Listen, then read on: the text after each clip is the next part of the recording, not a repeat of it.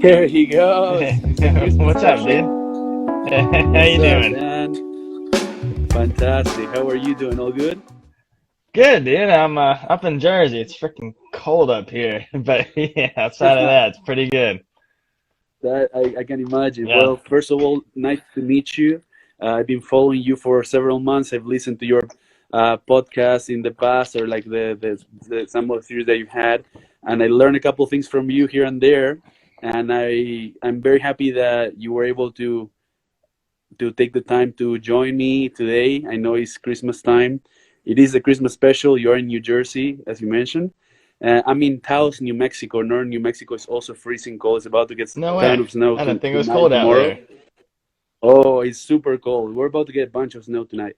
And That but sounds besides that, kind of man, I'm cool. excited to have this call with you. And then, how's everything going? How's Jersey? How's the family? Uh, Family's doing good. I live on a farm up here, so it's nice coming back to the farm life, but I'm ready to get back to some palm trees and some warm weather. So I'll be doing that on Monday. Yeah. Yes, yes, and I love that you already touched base on that because you're on the farm right now, but you're gonna be in the palm trees pretty soon. You being another agent here that travels a lot, but you don't just do local travel. You do a lot of international travel, and you do a lot of work while you're traveling. And I think that is one of the things that it sets this business apart, like tremendously in comparison to other industries when you are your own boss. And I wanted to talk with you because of that knowledge that you can share with people here. Then, the whole point of challenge this moment of this podcast, this call, this Instagram live, is to share knowledge with other people. And what better time than Christmas time to be able to give back a little bit to people what we learn and show what we're doing and explain what FFL is and so on. So, without further ado, do you have any questions for me before we get started, or No, dude. we're ready to go? Thanks for having me on, man. I'm excited. I have no idea what to expect, so I, this is kind I'm, of cool. I'm. This is great. I'm just sitting here in bed, just hanging out. You're at your parents' house, and then this is fantastic. You have your Christmas hat on. So this is basically something I was looking forward to because I love traveling. Okay, one of the reasons why I got into this industry myself after working in tech for many years was because I love helping people. I love to travel, and I wanted to be able to control my time and my income, right? And so far this year, I was able to travel a bunch. But I wanted to hear your side of things because the kind of travel that you do is different. And it's something that attracts me a lot, and something I would like to implement sometime in 2022. So Mm. tell me how you got started with FFL to begin with, and let's go from there. Yeah, so I did the whole corporate route for a little bit. So I went to all the school. It's like, all right, I want to get paid more, so I went to more school, and so I got what I thought was like an awesome corporate job, and it was kind of cool. I lived in Australia and Abu Dhabi for a little bit, so I got to do some cool stuff. But there's just like there's no vertical mobility. It's just like I would have been in middle management for the next 10 to 15 years of my life, like working my way up the ladder. Just who knows? With COVID, I might not even have been there anymore. But I just want to look for something that I knew if I just go to work really hard and doesn't require an insane skill set, that I'd be able to get paid what I'm worth and be able to help people at the same time. So about 2 years ago, yeah, actually, coming up on 2 years, January, will be 2 years coming up. I was just, it's been awesome, dude, but just, yeah, really something that I can just go out there and feel good about what I'm doing and put my head down and go to work and learn and be coachable. And I kept seeing these insurance things. I'm like, huh, I never thought I would dream of being an insurance agent, but let's give it a shot. Let's see what it can do. And now, dude, 2 years later, on Monday, got myself a nice first class down to Mexico, and then the following Sunday, I got a one-way ticket to Colombia. So I'm super excited to just kind of be able to do it anyway. But yeah, That is amazing. that's kind of it in a nutshell. So I know that you've been running lately a lot outside of the country, but of course, what are like the main destinations that you have traveled to throughout this year? Like, let's say, I know you've been in Mexico a couple of times, isn't that right? And but I don't know where else. Yeah. Colombia. So Where have you been? this Where year have you been, Dan? specifically, Where haven't you been? That's the real question. I haven't been at too many spots this year so far. So I just started in like September. I just started taking the traveling thing pretty seriously. I was like, you know what? Like I used to travel a lot for like my old job, and I've done it here with FFL too, but I'm always like traveling somewhere for travel trips, and I still love travel trips. They're still great, very productive. ROI is crazy high on travel trips. I still love them. But I'm like, huh, why can't I just go work from Medellin or Cartagena or Puerto Vallarta? So I'm like, all right, well, let's go figure it out. So it started in September. So I lived in like Mexico for not lived, but just like I was there for about probably 2 months, back and forth between then and now. So I've been in Puerto Vallarta, a little town called Sayulita, which is just north of Puerto Vallarta, and then Beautiful. that. Oh yeah, I'm assuming you've probably been there. Yeah, it was amazing. I know And about then it, haven't been, but I know about it. Haven't been. yeah, Yeah. it's super super cool. And then I was over in Tulum, and I learned pretty quick. Can't go to Tulum again. I love it, but you gotta have good Wi-Fi here. So I made sure to do my research. Next time I'm taking a travel trip, I gotta make sure I do have solid Wi-Fi.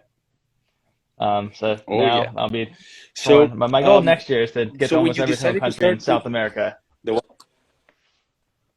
One of my that's the goals plan. Well, when next you go year to to get Argentina, to a you let lot me of know and I'll hook you up. done deal. I'll see you down there. Too Yeah. easy, too easy.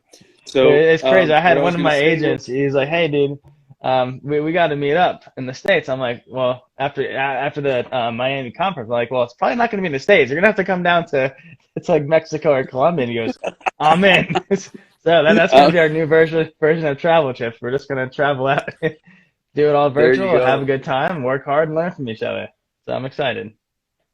That's great. So when you started planning into, of course, there are some challenges of, as you mentioned, the Wi-Fi for once, right?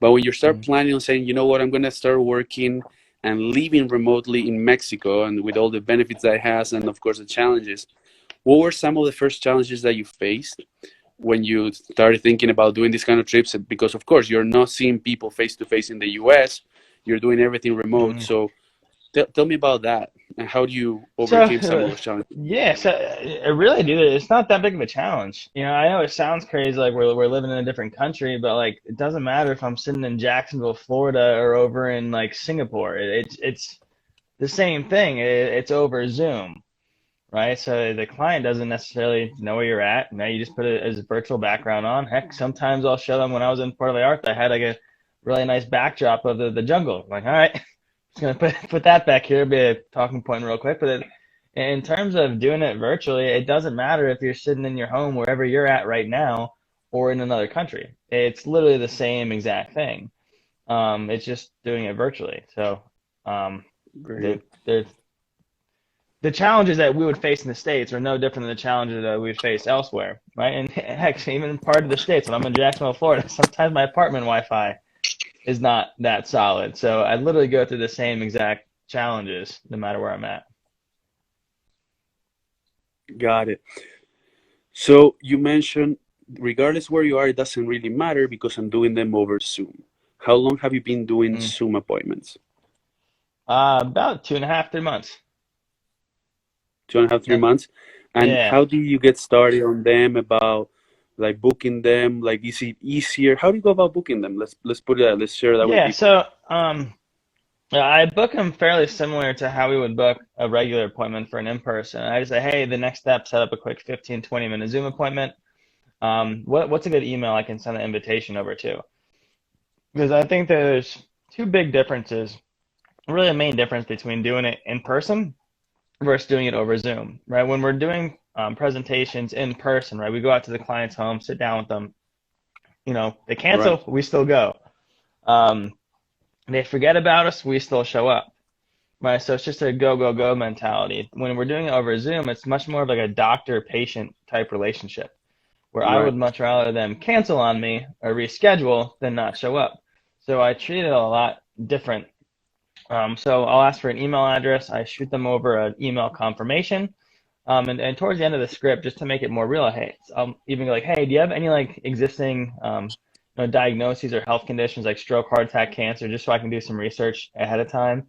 So Hmm. there's just a little bit more interaction. I don't want to get too in depth, but just a little bit more interaction before we actually go into the appointment. And then so I'll send them over a calendar invite immediately within 5 minutes. I send it over, say, hey, I just shot the calendar invite over to, 123 at gmail.com. This was the correct email address, Mm-hmm. correct? And Makes I sense. want them to accept it. Mm-hmm. And if they don't accept that within two Right. hours, I'm like, I want to say, hey, dipshit, you didn't accept the damn invite. Can you go and accept it? So I'll just reconfirm, like, hey, I just Right. wanted to confirm this was the correct address, correct? And so I want That's that right. push and pull. And if they don't do that, I'm gonna book someone else in their time slot. Um, the next day, the morning of, we send out mass texts to everyone as reminders, just like if Pancho, if you book the doctor's appointment, right? Same type Right. of mentality. Then again, 30 minutes before the appointment, we send another reminder Got to it. make sure that they're going to be there. But that's it. Very good. Fantastic. And when you're having those calls over Zoom, then what is like your overall like ratio of like of success? Like let's say out of 10, how many do you typically close? Because it's not the same as being at home, as you can tell, that you can read the room and so on. Sometimes over Zoom, Mhm. it's as simple as disconnect and bye bye. So my closing ratio over Zoom is no different than it is in person. Good. If anything, it's just I might have, in person, 70% of the people would show up. Over Zoom, Right. 60%. Outside of Right. that, in terms of closing ratio, I literally don't have any difference. Very good. And I've actually, it's Very kind good. of weird, but I've only had one piece in the last 3 months doing this all virtually. I've only had one piece of business fall off the books. So, which I think is Wow. also actually pretty darn cool. So That business is sticking. knock on wood right now, Dan, because you know how that what happens right after you say that. Tomorrow you're gonna get one Yeah, for I just sure. knocked on some wood. I'm sitting on Yeah, hardwood floor, good, so I just knocked good on for them. you because otherwise you're gonna get a nice Merry Christmas gift right there. But Hmm. yeah, that's great. That is fantastic that you do get to continue the same success regardless of being over Zoom or whatever. Because right now you have that freedom. You can be anywhere in the world, and as long as you have that lead, you have that appointment booked, you can take care of it regardless of the time period. Doesn't matter. It's as much freedom as you can get at the end of the day, right? So Hmm. when you go about leads, what kind of leads do you target particularly for Zoom dials, for Zoom dials, Mortgage in this protection, car, in any type mortgage of mortgage protection? protection lead around the states. I'm licensed in about 15, 20 different states, so I just scoop up any of the mortgage protections in any of the states and just have at it. Hmm. Very good. And And I'll typically get at least like 80, 90 per dial day. 80 to 90 leads of mortgage protection per dial day. Do you dial yourself? Do you have a dialer that helps you out as well, or how do I you got go about both. it? Yeah, so both. So Good. I'll typically dial myself from like for about an hour, hour and a half every morning, set about five, six appointments, and then send the rest over to a dialer to fill up the rest of the day, part of the following day. But one thing I would Very good. mention on a And of dialer, course, it's they're a great supplement, a terrible replacement. Like I love them, but a lot of people will just get a yes. dialer and be like, oh, this is gonna be nice and simple. I just gave them 100 old leads that I didn't get in touch with, and I expected them to book 20. I'm like, dude, if you couldn't book them, why do you think they're gonna be able to book 20? Right? So it's a Correct. good supplement, but a terrible replacement, especially in the beginning. And understanding that Absolutely. is key. That's right. And how long have you been working with the dialer so far? About 5, 6 months. 6 months. 5, 6 months. It's been good. Mm.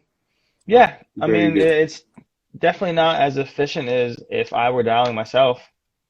I can hands Right. down say that I have found my no-show ratio. It's great. I love it. Like it does help me a lot do other stuff in terms of team wise, right? Just have my appointments Right. go, focus on team stuff. But my ROI is definitely a lot better if I was just doing it myself. I understand. Great. And of course, I know you're building the team strongly. And as you mentioned, now you're going to have team meetings in Mexico with people. Um, if people, of course, you're hiring nationwide. If people want to get in touch with you, Dan, and they want to work with you because they love to travel, they want to learn from you, this kind of stuff. How can get in touch with you? Yeah, I mean, you can just look me up here on Instagram. It's Dan Chernati, the last name Chernati, or shoot me a message. My phone number is 973-903-0137. Send me a text with your name, and that's it. My phone's on all the time. That's awesome. So now these are a couple of questions I always ask people about how they challenge themselves, right? So how do you challenge yourself then, particularly to keep like producing at the rate that you want to produce, because everybody has different rates of what they want to achieve and goals. And how do you challenge yourself to? Oh, hold on. All right. So hold Sorry, on, I you lost a got me? second when the first thing it was how to yeah, no, I got you back. The first question was how do I just produce consistently, pretty much, correct? Oh no, But was that it? it's Or more like no? how do you challenge? It's more, yeah, good, yeah. It's more like how do you challenge yourself to keep producing at a high level while you're traveling? Oh, got it. I mean, it's just I wouldn't really say it's too much of a challenge, dude. It's just like I got goals, I'm gonna hit them. Like I do X amount each month to make sure I'm leading by example and funding the business. So I just whether or not I was home or traveling, the goals come first. I got to make sure I hit the goals. If I hit the goals, then I get to go do my fun stuff on the weekend. But if I don't Right. hit them, my dollar's working an extra day, and I'm running appointments Friday and part of Saturday. But if I can hit them by Wednesday, Thursday, then I get to go enjoy myself. It's kind of a little treat for me.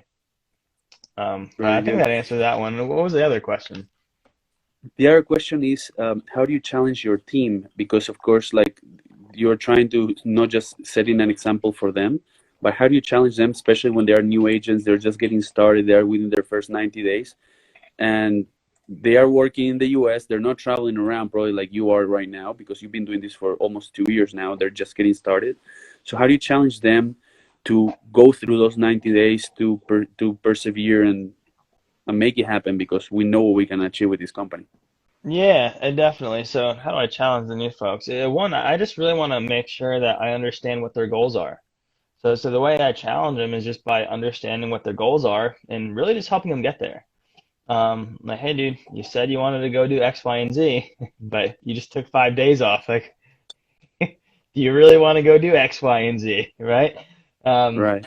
so just understanding what their goals are and helping them get there is the biggest thing for me. And then each Very good. Sunday we just have a training call, like a strategy call, just to kind of analyze how everything went. And Okay. you Do know, you do you do you target some behaviors in particular in regards to buying leads or behaviors on the phone for booking appointments or for the in-home when you talk with them in order to help them out? yeah. How do you go So about that? if I let them know, like, hey, if you're doing everything right, so we have a process in place now for all of our new agents. And I said, hey, if you are willing to do all the stuff, I'm gonna help you out. If you're not gonna do it, just don't come back to me complaining. It ain't effing working. So Right. as long as they go through the steps at the beginning, I say, hey, the first 30 to 60 days are tough. I'm willing to help you out here. You just got to be willing to help yourself out.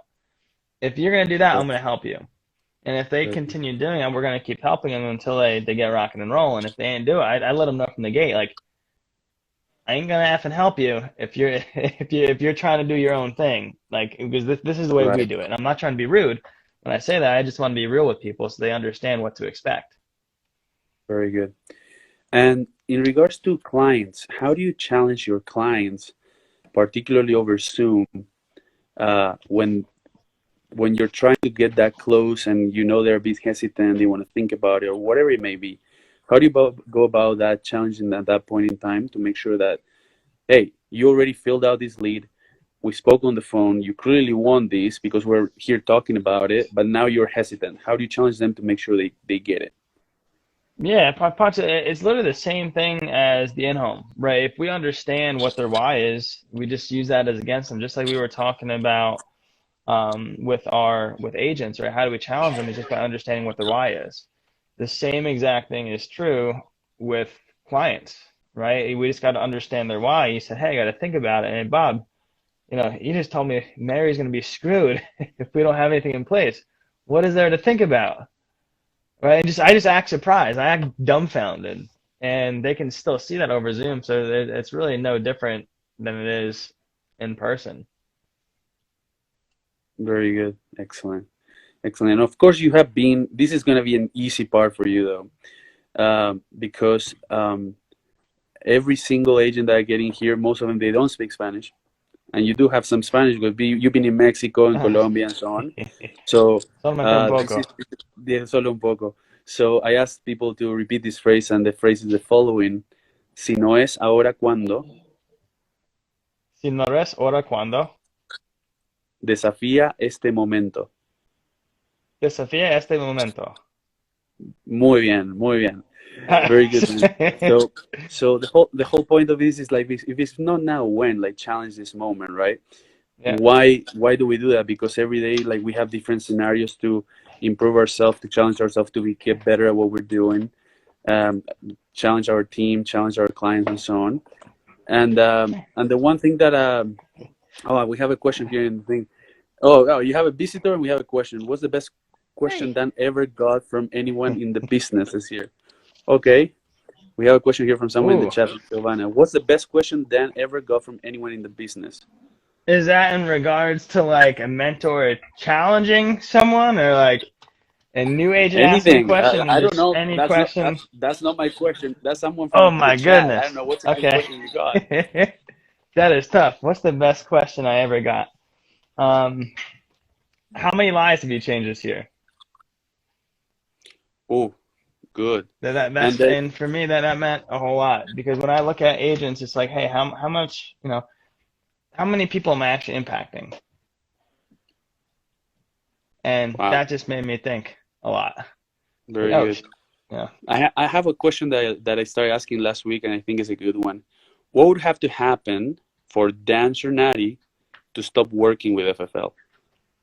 Uh, uh, I don't know. I just become Sean Mike. I got I don't know. It's just I What don't do you know mean? Sean Mike if is working for FFL. He works I more than know. anyone. Like I don't know if I would stop working over here. It's a heck of a lot of fun. Um, Yeah, it's just even when we're working our way out of the field and we're just too busy to be in the field. We got to pick up the phone so darn much for agents. Like I just find that fun. right, It's cool impacting stuff. And to buy a question, what does it mean to actually change someone's life? Is well, understand what someone's goals are, right? Someone that wants to take care of their or take control of their schedule, someone that wants to take care or take control of their finances, right? Well, whatever it is, just making sure that we can help people get to where they want. When I first started building, I wouldn't really look at that. I just assumed that everyone had the same goals as I did, right? Work their damn ass off, get financially free in a few years. That's not the case. And I'm not saying that's right or wrong, but just understanding that everyone has their own goals and how can we empower people to get to their goals, right, and exceed their goals. And not just that, but also in terms of the actual insurance that we're doing, right? How many lives can we impact? And now when I look at it, we submit 100 applications a week. Like that's freaking powerful, right? Multiply that by 52. If with no growth, that's 5,200 people that now have insurance in place. That's right. pretty freaking nuts. And I couldn't do that if it was just me, right? There's a whole army of people that are out there doing it. So, going from the client side of it, but then also to the agent side of things, right? There's so many people now. Like we got Shadi on here, and I don't think he would mind. Like he just went over to Israel, paid for his whole entire brother's wedding, bought his mom a car, and he goes, "Dude, this business is absolutely nuts." And it's just like, yeah, you just put your head down, go to work, and it's really cool what we can do here. It is really cool. We can do here, and like you mentioned, and that was a great question, Silvana. Thank you so much for asking that. Also, like what you mentioned from about Shadi, like he's been killing it. That guy has been on fire. Over a He's at million. He's 100 and already he's at 130K, and he's been in for Israel the the last month few for the weeks for the for the month month for the month. for Hold on, for the December. month of December, which is usually people call it the hardest month because people disconnect for Christmas and New Year's. So no excuses, right? Mm-mm. 130K. Wow, Shadi's been an absolute beast. I don't think he's gonna like take the foot off the gas at all in 2022. No, no. I'm He very, goes, I'm "Hey very. Dan, I'm gonna hit $2 million." I'm like, "All right, dude, let's go." All right, dude, let's do it. How can I help? Hmm. Yep. Fantastic. How did you find Shadi? I think it was like Indeed or ZipRecruiter. Really? Yep. There you go. And he You was know, asking me, "Hey Dan, is it real?" I'm like, "Yeah, dude. Here's my bank account." it's it. Like, Here's my bank we account. saw the Well, I guess I'll deposit, do so it. I'm like, Yeah, he was a big man. salesperson. I was a data analyst. And he goes, dude, no offense to you, Dan, but if you can figure it out, I'm gonna wipe I'm gonna wipe you up here and get ready. I'm like, all right, dude, You let's go. And I go remember ahead. it was a You year go ago ahead. today, just about a year ago today. I was beating him. He goes, hey, I'm gonna beat you in December. I'm like, no effing way you're gonna beat me. And I had like 15K up on him going into the last week of December. I'm like, all right, I got this in the bag. No, he had like a 35, $40,000 week, and he just skyrocketed Poof, ever took off. since. And yeah, and I think he'll end That's up it. the he hit Hall of Fame in July, Yeah, I and know. that I was remember. 400K. Now he's Yeah, at 1.1, 1.2 million yeah, in the that's next six amazing. That's months, incredible. which is yeah, it's crazy. Incredible. I would love to talk to him at some point as well because sounds, of course, he's super busy. Imagine like talking with a guy who's issuing that much money. He's working all the time, right? But regarding that, actually, it's actually your call here to select the next person that comes in at to come like be with me within like the next 2 weeks or so, right? So you get to Sweet. pick anyone in the company. I get to reach out to them because you are challenging them to join me on a call and challenge this moment. This call basically once we finish it up, it's gonna then be uploaded into a podcast both on Spotify and Apple Podcast, so you can replay it, share it with people, so they can understand what's going on and see what you're doing, and then you can find many other episodes there. But who should be a person? Of course, Shadi is of course a great opportunity. But who's someone that you believe that could add a lot of value to agents within FFL? Yeah, so we actually got another guy on here too. His name's he's been commenting on here. His name's Corey Latour. He is about to almost give Shadi. He's gonna give Shadi a run for his money here in a second. Um, he's starting to submit 15, 20K a week off of all age leads. And when a lot of people are like, hey, these things don't work, he's done dialing them by 10 o'clock in the morning. Got his 20 appointments and he's good to go. He's like, hey, give me the 20-cent leads. These things are badass. And I'm going to write a bunch of insurance on them. So I think that Well, would be a I guess we massive. have that person He's next just then. coming out of the gate swinging. So I think that'd be a lot of value to get in here. I believe it, I believe so. I'm excited to hear that. I believe a lot of people will love to listen to that one, and for you to share that because that, as you mentioned, is like those age leads are what like $2, $2.50 leads, something like that, and Oh, then you yeah. can buy He's so finding many all 20 over the cent country. leads off of Exactly, like, 20 cents leads it's exactly, like, hey, and give it to me. Yep. I got it. Oh my Yeah, God, he talk about an messaged me, ROI. Dan. I've gone through like I think he bought like 400 of them. And he messaged Dan. I've only gone through like 80 of them so far, and I've already made like 10 grand and like 80 20-cent leads. I was doing math. I'm like, Jesus, that's like that's like nothing. talk about That's, talk about a return on investment right there, and that was yeah. probably like here I'm gonna, but that's of course that's not everyone, right? That's people who are Mm, willing to put the work, the activity to call those leads, to door knock those leads and so on, right? And but if you, like you mentioned earlier, you come and work with Dan tells you, hey, follow these steps the next 30, 60 days and I'm gonna get you there. If you follow the steps, you're basically you're more than halfway there, because the mm. rest is the numbers are, if you're putting the numbers in your favor, it's really hard for you to fail in this business, right? So that is awesome. I'm very much looking forward to reaching out to him and learning from him some more and learning about his like new like early success, and I know he's gonna give Shadi a run for his Oh, money he's now, gonna so rock that's it. gonna be amazing. That's Yep. it. So, Heck yeah, dude. so Sweet. then I really appreciate you taking the time to chat with me today. It was great. I look forward to meeting you in person at the conference in February. And I hope you had a good time. I appreciate you again, sir, sharing all the information. You've been killing it. You've been inspiring. Your social media has been on point. And on top of that, man, I hope that you do really good things next year. And wishing you Merry Christmas and Happy New Year to you and your family, okay? Yeah, Merry Christmas. Thank you for having me on here. I'll see you down at conference. Merry Christmas, Happy New Year, and I'll see you down in Argentina anytime pretty soon. All right. Catch you later, man. Appreciate Absolutely. it. Here we go, Dan. Take care, man. Great to see you. Take care. Bye bye. See ya.